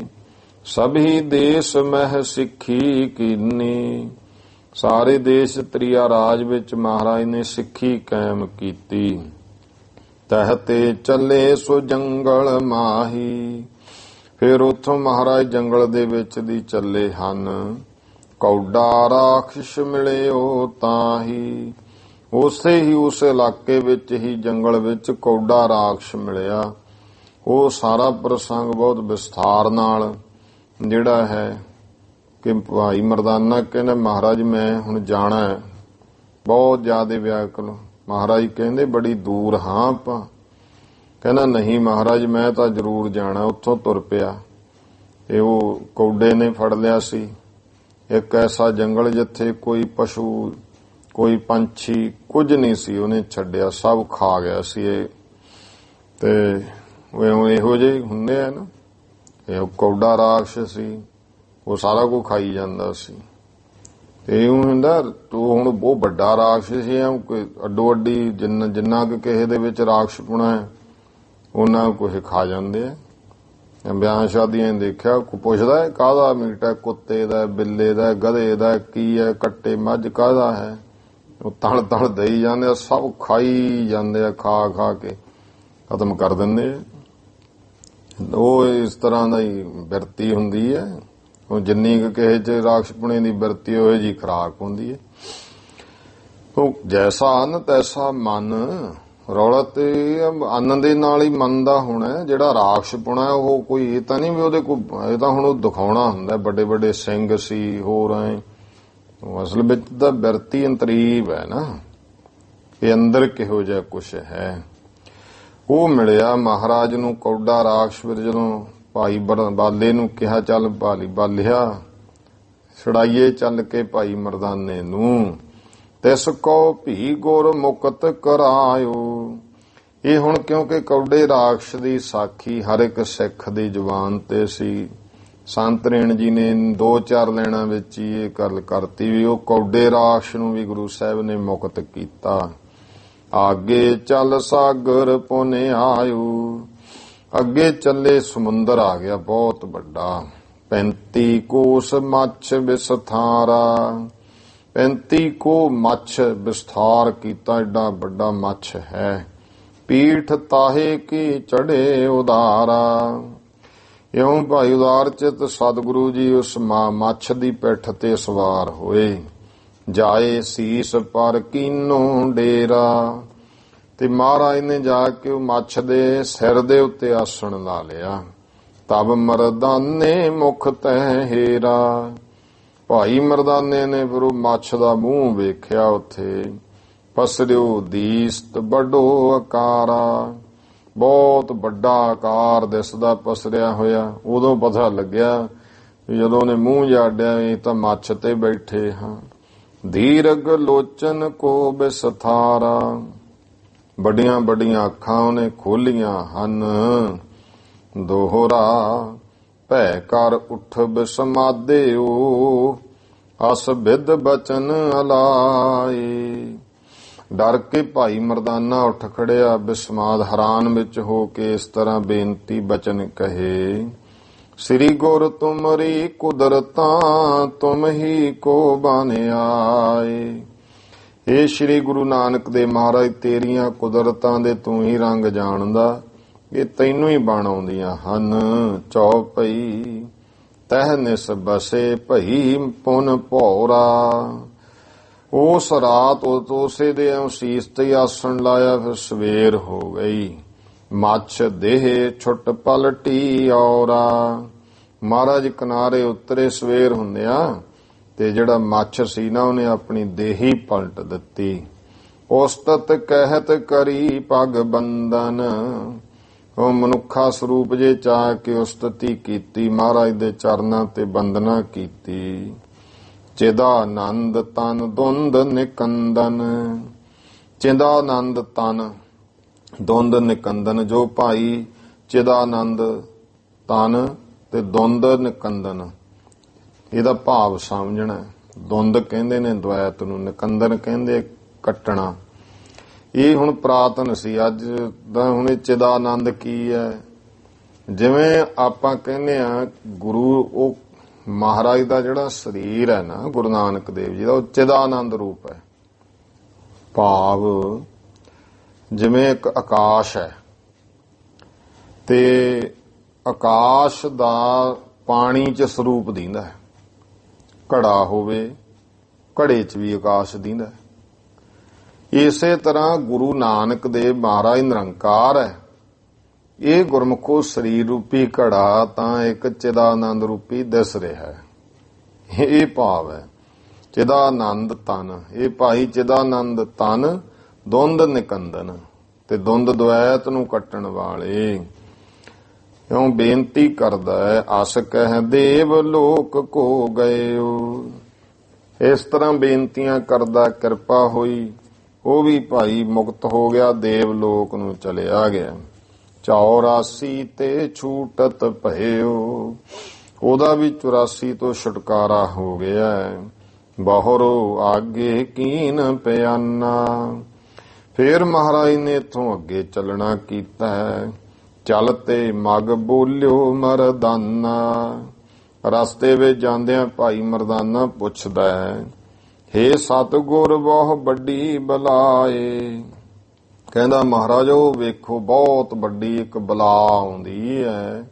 ਦੌਰਤ ਆਏ ਜਮਹਿ ਅਬ ਖਾਏ, ਮਹਾਰਾਜ ਭੱਜੀ ਆਉਂਦੀ ਹੈ, ਹੁਣੇ ਖਾ ਜਾਵੇਗੀ। ਸਤਿਗੁਰ ਕਹਿ ਮਤ ਡਰ ਮਰਦਾਨਾ, ਸਤਿਗੁਰੂ ਕਹਿੰਦੇ ਭਾਈ ਮਰਦਾਨਿਆਂ ਡਰਨਾ। ਯਹ ਕਲ ਡਾਇਣ ਤੁਮ ਲੇਹੋ ਜਾਨਾ, ਇਹ ਜਿਹੜੀ ਹੈ ਨਾ ਕਲਡਾਇਣ ਹੈ, ਭਾਵ ਕਲ ਨਾਮ ਦੀ ਇੱਕ ਡੈਣ ਹੈ, ਬਹੁਤ ਭਿਆਨਕ ਰੂਪ ਵਾਲੀ, ਤੂੰ ਇਹ ਜਾਣਦਾ।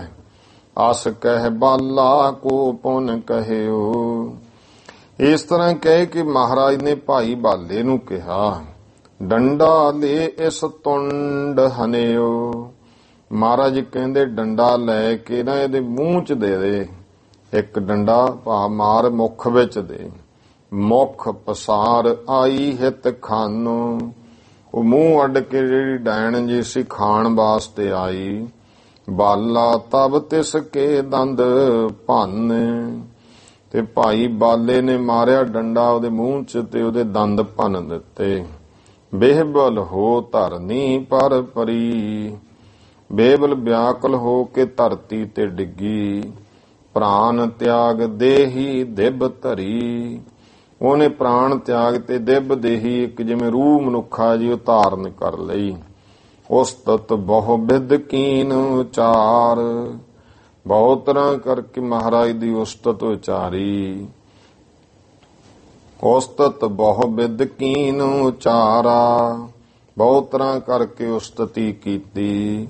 ਹੇ ਜਗ ਗੁਰ ਤੁਮ ਕਰਾ ਨਿਹਾਰਾ, ਹੇ ਜਗਤ ਗੁਰੂ ਗੁਰੂ ਨਾਨਕ ਦੇਵ ਜੀ ਤੁਸੀਂ ਮੇਰਾ ਵੀ ਨਿਹਾਰਾ ਨਿਸਤਾਰਾ ਕਰਤਾ, ਭਲਾ ਕਰ ਦਿੱਤਾ। ਡਾਇਣ ਤੇ ਅਬ ਦਿਬ ਦੇਹ ਪਾਈ, ਉਹ ਡਾਇਣ ਤੋਂ ਦਿਬ ਦੇਹੀ ਦੇਵਤਾ ਵਤ ਦੇਹੀ ਪਾਈ। ਕਰ ਪ੍ਰਣਾਮ ਵੈਕੁੰਠ ਸਿਧਾਈ, ਉਹ ਵੀ ਪ੍ਰਣਾਮ ਕਰਕੇ ਮਹਾਰਾਜ ਨੂੰ ਬੈਕੁੰਠਾਂ ਨੂੰ ਚਲੀ ਗਈ। ਅਨਕ ਜੀਵ ਗੁਰ ਕੀਨ ਨਿਹਾਲਾ, ਅਨੇਕਾਂ ਜੀਵਾਂ ਨੂੰ ਸਤਿਗੁਰੂ ਜੀ ਨੇ ਨਿਹਾਲ ਕੀਤਾ ਹੈ। ਆਗੇ ਗਮਨੇ ਦੀਨ ਦਿਆਲਾ, ਫਿਰ ਮਹਾਰਾਜ ਇੱਥੋਂ ਦੀਨ ਦਿਆਲ ਸਤਿਗੁਰੂ ਅੱਗੇ ਚੱਲੇ ਹਨ। ਸਿੰਧ ਵਿਖੇ ਟਾਪੂ ਇੱਕ ਆਵਾ, ਫਿਰ ਇੱਕ ਸਮੁੰਦਰ ਦੇ ਵਿੱਚ ਟਾਪੂ ਆ ਗਿਆ।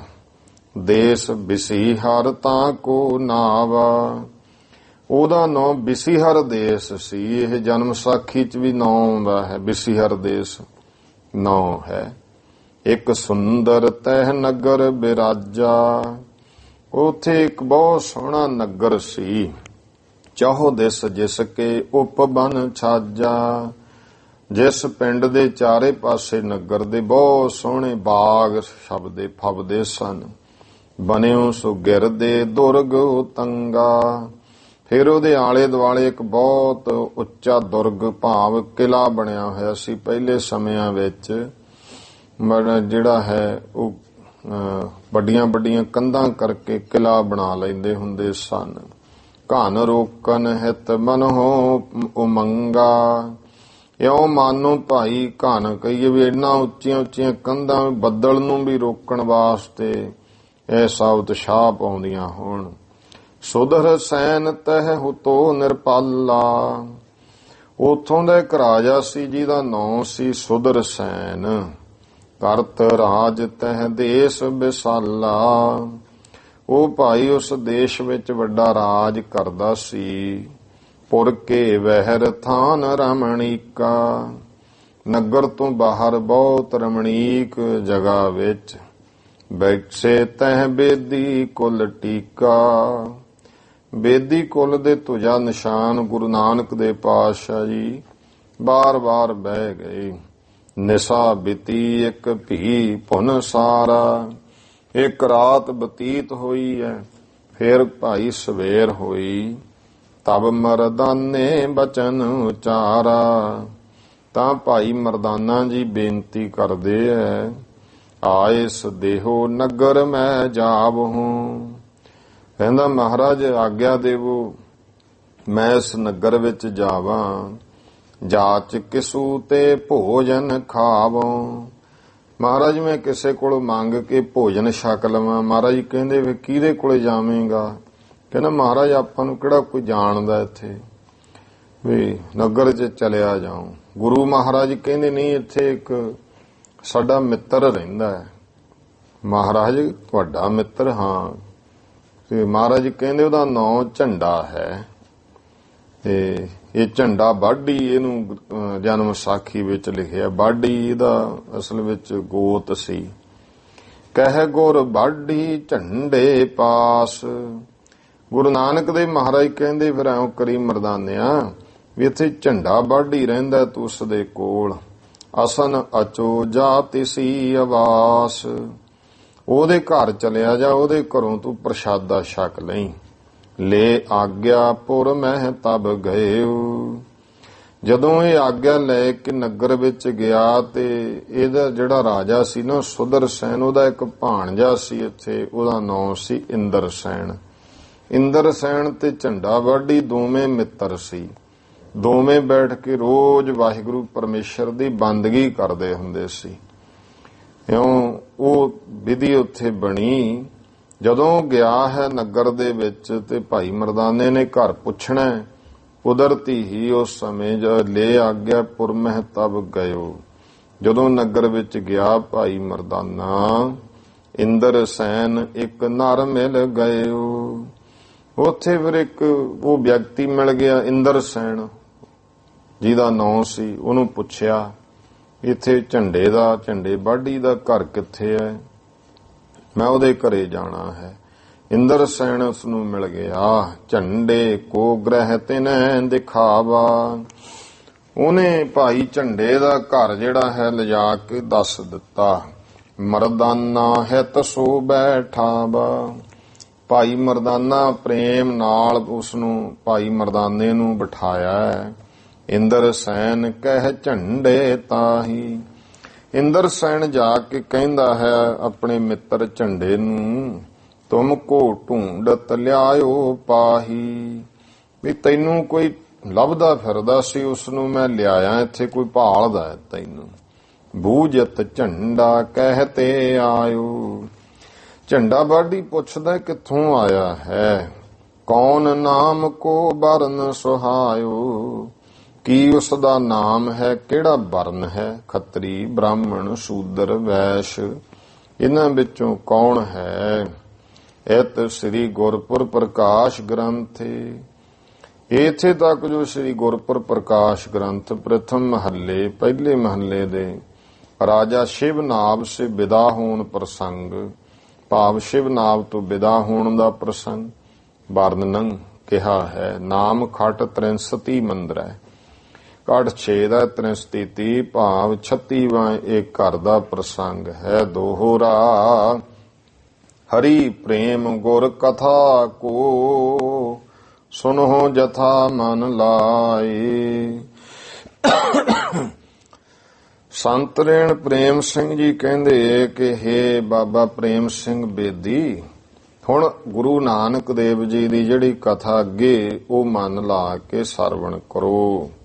ਝੰਡੇ ਬੂਝਿਓ ਪਤਾ ਜਬ, ਮਰਦਾਨਾ ਬਤਲਾਏ। ਜਦੋਂ ਝੰਡੇ ਨੇ ਪੁੱਛਿਆ ਭਾਈ ਕੀ ਨਾਂ ਹੈ, ਕੌਣ ਆਇਆ ਹੈ, ਕੀ ਕੰਮ ਤੈਨੂੰ ਕਿਹਨੇ ਭੇਜਿਆ ਸਾਰਾ, ਤਾਂ ਉਸ ਸਮੇਂ ਭਾਈ ਮਰਦਾਨਾ ਦੱਸਦਾ ਹੈ, ਮਰਦਾਨਾ ਮਮ ਨਾਮ ਹੈ, ਬਰਨ ਮੇਰਾਸੀ ਜਾਨ। ਕਹਿੰਦਾ ਭਾਈ ਝੰਡਿਆ ਮੇਰਾ ਨਾਂ ਮਰਦਾਨਾ ਹੈ ਤੇ ਮੈਂ ਮਰਾਸੀ ਜਾਤੀ ਵਿੱਚੋਂ ਪੈਦਾ ਹੋਇਆ। ਤੁਮਰੇ ਨਿਕਟ ਪਠਾਇਓ, ਸ੍ਰੀ ਨਾਨਕ ਗੁਣ ਖਾਨ। ਸ੍ਰੀ ਗੁਰੂ ਨਾਨਕ ਦੇ ਮਹਾਰਾਜ ਗੁਣਾਂ ਦੀ ਖਾਨ ਸਤਿਗੁਰਾਂ ਨੇ ਭਾਈ ਝੰਡਿਆ ਮੈਨੂੰ ਤੇਰੇ ਕੋਲ ਭੇਜਿਆ ਹੈ। ਚੌਪਈ ਸੁਣ ਝੰਡਾ ਸ੍ਰੀ ਨਾਨਕ ਨਾਮਾ। ਝੰਡਾ ਸੁਣ ਕੇ ਸ੍ਰੀ ਗੁਰੂ ਨਾਨਕ ਦੇ ਪਾਤਸ਼ਾਹ ਦਾ ਨਾਮ, ਮਰਦਾਨਾ ਕੋ ਕੀਨ ਪ੍ਰਣਾਮਾ। ਭਾਈ ਮਰਦਾਨੇ ਨੂੰ ਨਮਸਕਾਰ ਕੀਤੀ। ਕਲ ਤਾਰਨ ਗੁਰ ਨਾਨਕ ਆਇਓ। ਇਹ ਤੇ ਉਹ ਹੈ ਪਰਮੇਸ਼ਰ ਆਪ ਜੋ ਕਲਯੁਗ ਨੂੰ ਤਾਰਨ ਵਾਸਤੇ ਗੁਰੂ ਨਾਨਕ ਸਰੂਪ ਹੋ ਕੇ ਆਏ ਹੈ। ਅਬ ਹੈ ਜਨਮ ਹਮ ਸਫਲਾ ਥਾਇਓ। ਹੁਣ ਸਾਡਾ ਜਨਮ ਜਿਹੜਾ ਹੈ ਸਫਲ ਹੋ ਗਿਆ ਹੈ। ਉੱਥੇ ਫਿਰ ਇੰਦਰ ਸੈਨ ਨੇ ਪੁੱਛਿਆ ਸੀ ਝੰਡਿਆ ਕੌਣ ਹੈ? ਕਹਿਣ ਲੱਗਿਆ ਮਿੱਤਰਾ ਵੀ ਜਿਹਦਾ ਆਪਾਂ ਨਾਮ ਜਪਦੇ ਆ, ਜਿਹਨੂੰ ਮਿਲਣ ਦੀ ਤਾਂਘ ਆਪਣੇ ਅੰਦਰ, ਉਹੀ ਆਇਆ ਹੈ ਦਰਸ਼ਨ ਦੇਣ ਵਾਸਤੇ। ਹੁਣ ਆਪਣਾ ਜਨਮ ਸਫਲ ਹੋ ਗਿਆ। ਇੰਦਰ ਸੈਨ ਉਪਬਨ ਹੈ ਪਠਾਇਓ। ਤੇ ਇੰਦਰ ਸੈਨ ਨੂੰ ਜਿਹੜਾ ਹੈ ਬਾਗ ਵੱਲ ਭੇਜ ਦਿੱਤਾ। ਆਪ ਆਹਾਰ ਤਿਆਰ ਕਰਾਇਓ। ਆਪ ਭਾਈ ਭੋਜਨ ਪਾਣੀ ਤਿਆਰ ਕੀਤਾ ਹੈ। ਮਰਦਾਨਾ ਕਹਿ ਇਹੋ ਨਰ ਕੌਣ। ਭਾਈ ਮਰਦਾਨਾ ਝੰਡੇ ਨੂੰ ਪੁੱਛਦਾ ਇਹ ਪੁਰਖ ਕੌਣ ਸੀ। ਹਮਕੋ ਲਿਆਇਓ ਤੁਮਰੇ ਭੌਨ। ਜਿਹੜਾ ਮੈਨੂੰ ਤੇਰੇ ਘਰ ਵਿੱਚ ਲੈ ਕੇ ਆਇਆ ਹੈ। ਝੰਡਾ ਕਹਿ ਨਗਰ ਨ੍ਰਿਪ ਜੋ। ਝੰਡਾ ਕਹਿਣ ਲੱਗਿਆ ਮਰਦਾਨਿਆਂ ਵੀ ਇਸ ਨਗਰ ਦਾ ਜਿਹੜਾ ਰਾਜਾ ਹੈ, ਜਾਂ ਕੋ ਮਾਤਲ ਲਾਗੇ ਸੋ, ਉਹ ਇਸ ਇੰਦਰ ਸੈਨ ਦਾ ਮਾਮਾ ਲੱਗਦਾ ਸੁਦਰ ਸੈਨ। ਮੁਝ ਸੋ ਪ੍ਰੀਤ ਕਰੈ ਅਦਕਾਈ। ਇਹ ਮੇਰੇ ਨਾਲ ਬਹੁਤ ਪ੍ਰੇਮ ਰੱਖਦਾ ਹੈ। ਕਰਤ ਭਗਤ ਹੋਵੇ ਇਕ ਥਾਈ। ਅਸੀਂ ਇਕੱਠੇ ਇੱਕ ਜਗ੍ਹਾ ਬੈਠ ਕੇ ਪਰਮੇਸ਼ਰ ਦੀ ਭਗਤੀ ਕਰਦੇ ਹਾਂ। ਇੰਦਰ ਸੈਨ ਇਤਨੇ ਮਹਿ ਆਇਓ। ਇਹਨੇ ਨੂੰ ਇੰਦਰ ਸੈਨ ਜਿਹੜਾ ਹੈ ਆ ਗਿਆ ਹੈ। ਨਿਰਪਤ ਬਾਗ ਤੇ ਸ਼ੁਭ ਫਲ ਲਿਆਇਓ। ਉਹ ਰਾਜੇ ਦੇ ਬਾਗ ਵਿੱਚੋਂ ਬਹੁਤ ਚੰਗੇ ਚੰਗੇ ਫਲ ਲੈ ਕੇ ਆਇਆ ਹੈ। ਅਸ ਨਰ ਮੇਵੇ ਸਿਰ ਪਰ ਧਰ ਕੇ। ਇਸ ਤਰ੍ਹਾਂ ਭਾਈ ਫਿਰ ਉਹ ਸੋਹਣੇ ਮੇਵੇ ਹੋਰ ਪਦਾਰਥ ਆਪਣੇ ਸੀਸ ਤੇ ਰੱਖ ਕੇ, ਗਮਨੇ ਗੁਰ ਦਿਸ ਹਿਤ ਬਹੁ ਕਰਕੇ, ਗੁਰੂ ਪਾਤਸ਼ਾਹ ਮਹਾਰਾਜ ਵੱਲ ਨੂੰ ਬਹੁਤ ਪ੍ਰੇਮ ਧਾਰ ਕੇ ਚੱਲੇ ਹਨ। ਦੋਹਰਾ ਸ੍ਰੀ ਕਰਤਾਰ ਕਰਤਾਰ ਜੀ, ਉਚਰਿਓ ਝੰਡੇ ਜਾਏ। ਭਾਈ ਝੰਡੇ ਨੇ ਉੱਥੇ ਜਾ ਕੇ ਸਤ ਕਰਤਾਰ ਸ੍ਰੀ ਕਰਤਾਰ ਉਚਾਰਨ ਕੀਤਾ ਹੈ। ਧਰ ਆਹਾਰ ਆਗੈ ਰੁਚਰ, ਸਿਰ ਚਰਨਨ ਪਰ ਲਾਏ। ਸੋਹਣੇ ਸੁੰਦਰ ਭੋਜਨ ਮਹਾਰਾਜ ਅੱਗੇ ਧਰ ਕੇ ਸਤਿਗੁਰਾਂ ਦੇ ਚਰਨਾਂ ਦੇ ਉੱਤੇ ਭਾਈ ਪ੍ਰੇਮ ਨਾਲ ਆਪਣਾ ਸੀਸ ਲਾਇਆ, ਸਿਰ ਧਰਿਆ। ਗੁਰੂ ਨਾਨਕ ਦੇ ਪਾਤਸ਼ਾਹ ਮਹਾਰਾਜ ਨੂੰ ਜਦੋਂ ਕੋਈ ਨਮਸਕਾਰ ਕਰਦਾ ਤਾਂ ਮਹਾਰਾਜ ਇਹ ਆਸ਼ੀਰਵਾਦ ਦਿੰਦੇ ਹੁੰਦੇ ਸੀ, ਭਾਈ ਤੈਨੂੰ ਕਰਤਾਰ ਚਿੱਤ ਆਵੇ। ਸਤਿਗੁਰੂ ਪਾਤਸ਼ਾਹ ਨੂੰ ਮੱਥਾ ਟੇਕਿਆ ਹੈ। ਚੌਪਈ ਸਤਿਗੁਰ ਕਹੇ ਪਿਆਰੇ ਝੰਡਾ। ਗੁਰੂ ਪਾਤਸ਼ਾਹ ਮਹਾਰਾਜ ਕਹਿੰਦੇ, ਹੈ ਸਾਡੇ ਪਿਆਰੇ ਭਾਈ ਝੰਡੇ, ਆਹੋ ਆਨੰਦ ਭਗਤ ਚਿਤ ਮੰਡਾ। ਐ ਭਾਈ ਆਨੰਦ ਭਗਤੀ ਦੇ ਵਿੱਚ ਤੇਰਾ ਜਿਹੜਾ ਚਿੱਤ ਹੈ ਮੰਡਿਆ ਹੋਇਆ ਹੈ। ਮੰਡਾ ਭਾਵ ਕਹੀਏ ਟਿਕ ਜਾਣਾ, ਟਿਕਿਆ ਹੈ। ਕਿਰਪਾ ਰਾਵਰੀ ਸਭੀ ਆਨੰਦਾ। ਭਾਈ ਝੰਡਾ ਕਹਿੰਦਾ ਮਹਾਰਾਜ ਸਾਰੀ ਤੁਹਾਡੀ ਕਿਰਪਾ ਦੇ ਨਾਲ ਆਨੰਦ ਖੁਸ਼ ਹੈ। ਜਨਮ ਮਰਨ ਕੇ ਕਾਟੋ ਫੰਦਾ। ਕਿਰਪਾ ਕਰਕੇ ਸਤਿਗੁਰੂ ਸਾਡੇ ਜਨਮ ਮਰਨ ਦੇ ਫਾਈਆਂ ਕੱਟ ਦਿਓ। ਬਹੁਤ ਦਿਨਨ ਕੀ ਹਮ ਔਰ ਚਾਹੂ। ਮਹਾਰਾਜ ਸਾਡੇ ਹਿਰਦੇ ਵਿੱਚ ਬਹੁਤ ਦਿਨ ਦੀ ਇਹ ਚਾਹਨਾ। ਹਰੋ ਦ્વੈਤ ਸਭ ਔਰ ਤੇ ਦਾਹੂ। ਮਹਾਰਾਜ ਕਿਰਪਾ ਕਰਕੇ ਅੰਦਰੋਂ ਦ્વੈਤ ਨਾਸ਼ ਕਰ ਦਿਓ, ਹਿਰਦੇ ਤੋਂ ਇਹਨੂੰ ਸਾੜ ਦਿਓ ਦ્વੈਤ ਨੂੰ। ਦ્વੈਤ ਦੇ ਬਹੁਤ ਵੱਡੇ ਭਾਵ ਹੈ। ਮੁੱਖ ਆਪਾਂ ਈਰਖਾ ਨੂੰ ਵੀ ਦ્વੈਤ ਕਹਿੰਦੇ। ਦ્વੈਤ ਦਾ ਭਾਵ ਹੁੰਦਾ ਦੋ ਦਾ ਸਰੂਪ ਹੋ ਜਾਣਾ, ਕਿ ਦੋ ਜਾਣਨ। ਸਭ ਤੋਂ ਵੱਡੀ ਦ્વੈਤ ਕੀ ਹੈ ਕਿ ਆਪਣੇ ਆਪ ਨੂੰ ਜੀਵ ਜਾਣਨਾ ਤੇ ਈਸ਼ਵਰ ਨੂੰ ਈਸ਼ਵਰ ਜਾਣਨਾ ਵੱਖ। ਇਹ ਵੀ ਦ્વੈਤ ਆ। ਜਿਵੇਂ ਜੀਵ ਈਸ਼ ਦੋ ਹੋ ਗਏ ਨਾ। ਦ્વੈਤ ਖਤਮ ਹੋਣ ਦਾ ਮਤਲਬ ਹੈ ਕਿ ਗੁਰੂ ਕਿਰਪਾ ਕਰ ਦਿੰਦਾ, ਇਹ ਜੀਵ ਈਸ਼ ਦਾ ਭੇਦ ਖਤਮ ਕਰ ਦਿੰਦਾ। ਹੁਣ ਆਪਾਂ ਮਹਿਸੂਸ ਕਰਦੇ ਹਾਂ ਬੈਠੇ, ਇਹ ਤਾਂ ਹੁਣ ਆਪਾਂ ਚਲੋ ਸਮਝ ਲਈ ਗੱਲ, ਇਹ ਆਪਾਂ ਨੂੰ ਸਮਝ ਆ ਗਈ ਕਿ ਹੈ ਈਸ਼ਵਰ ਇੱਕ, ਪਰ ਹਜੇ ਆਪਣੇ ਅੰਤਰੀ ਭਾਵ ਤਾਂ ਇਹ ਨੇ ਮੈਂ ਜੀਵ ਰੂਪ ਹੈ, ਈਸ਼ਵਰ ਈਸ਼ਵਰ ਰੂਪ ਹੈ, ਰੱਬ ਰੱਬ ਹੈ। ਜਿੱਦਾਂ ਗੁਰੂ ਦੀ ਕਿਰਪਾ ਹੋਈ ਤਾਂ ਇਹ ਜਾਣਨਾ ਉਹਦੇ ਜੀਵ ਭਾਵ ਖਤਮ ਹੋ ਜਾਂਦਾ ਹੈ। ਉਹਦੇ ਬ੍ਰਹਮ ਹੀ ਬ੍ਰਹਮ ਹੈ। ਤੇ ਉਸੇ ਨੂੰ ਹੀ ਕਿਹਾ ਵਿਦਾਂਤ ਵਾਲਿਆਂ ਨੇ ਅਹੰ ਬ੍ਰਹਮਸਮੀ, ਕਿ ਮੈਂ ਹੀ ਬ੍ਰਹਮ ਹਾਂ, ਅਹੰ ਬ੍ਰਹਮ। ਲੇਕਿਨ ਗੁਰੂ ਸਾਹਿਬ ਕਹਿੰਦੇ ਵੀ ਈਸ਼ ਜੀਵ ਈਸ਼ਵਰ ਦਾ ਭੇਦ ਹੋਣ ਤੋਂ ਬਾਅਦ ਵੀ ਰਹਿਣਾ ਦਾਸਾ ਭਾਵ ਵਿੱਚ ਹੈ। ਤੇ ਅਹੰ ਬ੍ਰਹਮਸਮੀ ਦੇ ਰੂਪ ਵਿੱਚ ਜੇ ਜਾਵੜੇ ਫਿਰ ਇਹ ਹਉਮੈ ਰੂਪ ਦੇ ਸਕਦਾ ਹੈ। ਜਦ ਉਹ ਇਸੇ ਕਰਕੇ ਉਹ ਭਗਤਾਂ ਦੀ ਬਾਣੀ ਨਹੀਂ ਸੀ ਨਾ ਦਰਜ ਕੀਤੀ, ਭਗਤ ਕਾਨੇ ਹੁਣਾਂ ਦੀ, ਜੇ ਕਿ ਉਹੀ ਰੇ ਮੈਂ ਉਹੀ ਰੇ, ਉਸ ਭਾਵ ਨਾਲ ਮਹਾਰਾਜ ਕਹਿੰਦੇ ਵੀ ਠੀਕ ਹੈ ਤੈਨੂੰ ਇਸ ਤੇਰੀ ਅਵਸਥਾ ਹੋ ਗਈ, ਪਰ ਅਸਲ ਵਿੱਚ ਇਹ ਤਾਂ ਹੁਣ ਉਸ ਜੀਵ ਈਸ਼ਵਰ ਦੇ ਭੇਦ ਦਾ ਜਿਹੜਾ ਦ્વੈਤ ਦਾ ਖਤਮ ਹੋਏ ਨੂੰ ਤਾਂ ਇਸ ਗੱਲ ਦੀ ਸਮਝ ਹੈ। ਅਗਰ ਨਵਾਂ ਜਿਹੜਾ ਜਗਿਆਸੂ ਹੈ ਉਹ ਪੜੂ, ਉਹਦੇ ਅੰਦਰ ਹਉਮੈ ਪੈਦਾ ਹੋ ਜੂ, ਉਹ ਵੀ ਕਹਿਣ ਲੱਗ ਜੂ ਉਹੀ ਰੇ ਮੈਂ ਉਹੀ ਰੇ, ਜਦੋਂ ਹਾਲਾਂਕਿ ਹੋਇਆ ਹੈ ਨਹੀਂ ਹਜੇ। ਉਹ ਕਹਿਣ ਲੱਗ ਜੂਗਾ ਮੈਂ ਵੀ ਉਹੀ ਆ, ਤੇ ਫਿਰ ਇਹ ਤਾਂ ਹਉਮੈ ਲਿਆਊ।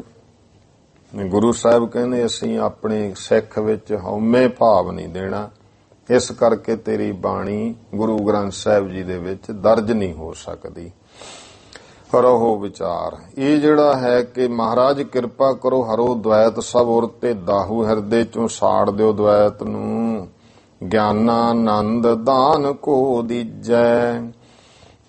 ਗਿਆਨਾਨੰਦ ਦਾਨ ਕਿਰਪਾ ਕਰਕੇ ਬਖਸ਼ਿਸ਼ ਕਰੋ। ਹਮ ਪਰ ਗੁਰੂ ਕਿਰਪਾਲ ਪ੍ਰਸੀਜੈ। हे ਸਤਿਗੁਰੂ ਜੀ ਸਾਡੇ ਉੱਤੇ ਕਿਰਪਾਲੂ ਗੁਰੂ ਜੀ ਪ੍ਰਸੰਨਤਾ ਕਰੋ। ਪ੍ਰਸੀਜੋ ਬੇਨਤੀ ਕਰਦਾ ਹੈ। ਸੁਣ ਕਰ ਬਿਨੈ ਦੀਨ ਦੁਖ ਭੰਜਨ। ਸੁਣ ਕਰਕੇ ਉਸ ਦੀ ਬੇਨਤੀ ਗਰੀਬਾਂ ਦੇ ਦੁੱਖਾਂ ਦਾ ਨਾਸ਼ ਕਰਨ ਵਾਲੇ। ਬੋਲੇ ਹੇਤ ਭਗਤ ਪ੍ਰਭ ਭੰਜਨ। ਕਹਿਣ ਲੱਗੇ ਜੋ ਭਾਈ ਭਗਤ ਆਪਣੇ ਭਗਤੀ ਪ੍ਰੇਮ ਭਾਵਨਾ ਵੇਖ ਕਰਕੇ ਉਹਦਾ ਭਰਮ ਨਾਸ਼ ਕਰਨ ਲਈ, ਭਗਤਾਂ ਨੂੰ ਪ੍ਰੇਮ ਕਰਨ ਵਾਲੇ। ਬੋਲੇ ਹੇਤ ਭਗਤ ਭ੍ਰਮ ਭੰਜਨ, ਭਰਮਾਂ ਦਾ ਨਾਸ਼ ਕਰਨ ਵਾਲੇ। ਗਿਆਨ ਆਨੰਦ ਮੈਂ ਚਾਹੋ ਜੇ ਮਗਨਾ। ਮਹਾਰਾਜ ਕਹਿੰਦੇ ਜੇ ਗਿਆਨਾਨੰਦ ਵਿੱਚ ਮਗਨ ਹੋਣਾ ਚਾਹੁੰਦਾ ਨਾ, ਨਿਜ ਸਰੂਪ ਕੀ ਲਿਵ ਕੇ ਲੱਗਣਾ, ਤਾਂ ਆਪਣੇ ਨਿਜ ਸਰੂਪ ਦੀ ਲਿਵ ਵਿੱਚ ਲੱਗਣਾ ਹੈ। ਜੇ ਤੂੰ ਇਹ ਚਾਹੁੰਦਾ ਆਪਣੀ ਨਿਜਾਨੰਦ ਨਿਜ ਸਰੂਪ ਦੇ ਵਿੱਚ ਸੁਰਤੀ ਉਹ ਦ્વੈਤ ਨੂੰ ਦੂਰ ਕਰਨਾ, ਗਿਆਨ ਆਨੰਦ ਦੀ ਅਵਸਥਾ ਚਾਹੁੰਦਾ, ਤਾਂ ਫਿਰ ਆਹ ਕਰਮ ਕਰ। ਉਪਦੇਸ਼ ਦਿੱਤਾ ਉੱਥੇ। ਇੱਥੋਂ ਆਪਾਂ ਅੱਗੇ ਕੱਲ ਸਮਝਾਂਗੇ ਗੱਲ। ਗੁਰੂ ਪਾਤਸ਼ਾਹ ਮਹਾਰਾਜ ਨੇ ਕਿਰਪਾ ਕੀਤੀ। ਆਓ ਹੁਣ ਸਮਾਪਤੀ ਟਾਈਮ ਹੋ ਗਿਆ ਹੈ। ਗੁਰੂ ਸਾਹਿਬ ਕਿਰਪਾ ਕਰਨ ਚੜ੍ਹਦੀ ਕਲਾ ਤੰਦਰੁਸਤੀਆਂ ਬਖਸ਼ਿਸ਼ ਕਰਨ। ਸਾਰੇ ਮਾਈ ਭਾਈ ਉਚਾਰਨ ਕਰੋ ਜੀ। ਵਾਹਿਗੁਰੂ ਨਾਮ ਜਹਾਜ ਹੈ, ਚੜ੍ਹੇ ਸੋ ਤਰੇ ਪਾਰ। ਜੋ ਸਰਦਾ ਕਰ ਸੇਵੰਦੇ, ਗੁਰ ਪਾਰ ਉਤਾਰਨ ਹਾਰ। ਵਾਹਿਗੁਰੂ ਜੀ ਕਾ ਖਾਲਸਾ, ਵਾਹਿਗੁਰੂ ਜੀ ਕੀ ਫਤਿਹ।